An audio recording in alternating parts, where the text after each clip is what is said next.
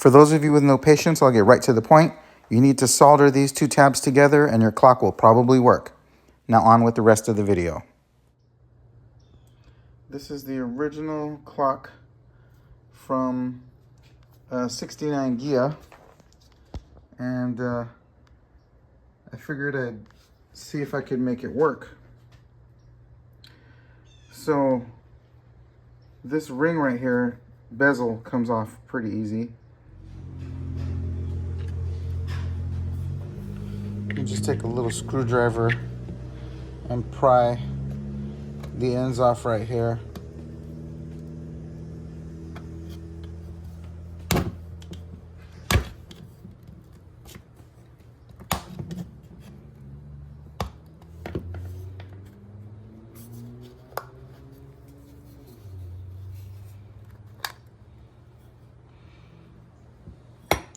And I've taken this apart before and I got it to work, but now it's stopping every little while.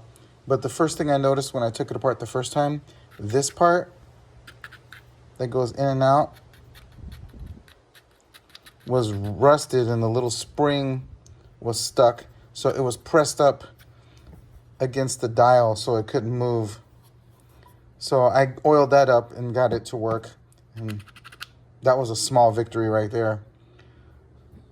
So then to open these up, all you got to do is take out these three little screws. And this was something I added on. Usually they don't have that. So you just get some needle nose pliers and start them to unscrew them.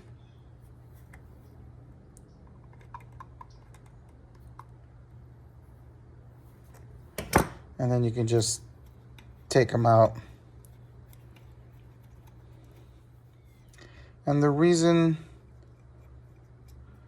I made this tab was because for some reason the bar that holds this onto the back of the dash has a screw that goes onto here, and that's supposed to be the ground, but for some reason it just doesn't work.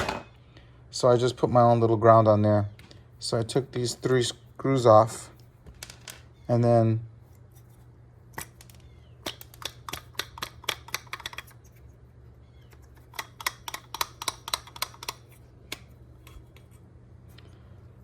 it comes right out. So I noticed when I move this forward, it works. So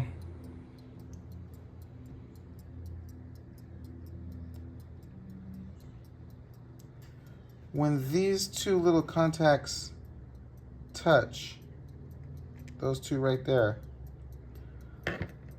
when this winding mechanism runs out, those two little tabs touch, and then there's a piston in here or a magnetic something that pops that forward and rewinds it again when they touch. And it wasn't doing that. So what I did was I noticed these two, this and this, were not connected. So I soldered them back together and it started working. But now it stops like every 15 minutes or so. And you'll see when they touch, it stops.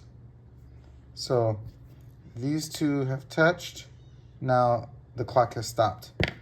And normally if you have it hooked up to power, that piston right inside of here will pop this forward and it'll start working again. So my problem is I think I have to oil all these little dials and whatnot to make it work. Or rather, to keep working. So now I have it hooked up to power. And you'll see when they touch, it's gonna pop back open.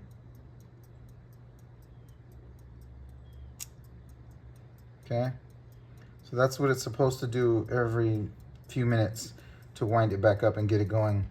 So it works, but it won't continue to stay on. So I'm going to oil up all these gears, and hopefully it'll continue to run. But for those of you who have these 50-plus-year-old clocks,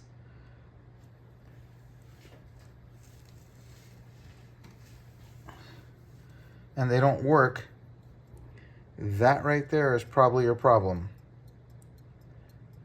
Solder those two together. There used to be a wire there that acted as a fuse, and if you solder these together, 90% of the time it'll work. So just wanted to show that. And this is a 56-year-old clock out of a 69 Karmann Ghia. And besides this piece being frozen before, see the little spring in there. I don't know how that got rusty, if it's brass and plastic. I don't know where they had this car sitting. But that stopped it from running, and then it probably popped that little wire fuse, and then just solder them together and you're good to go again. And here they go, there it goes again. So that's how it's supposed to work. So if your clock doesn't work, check that out first.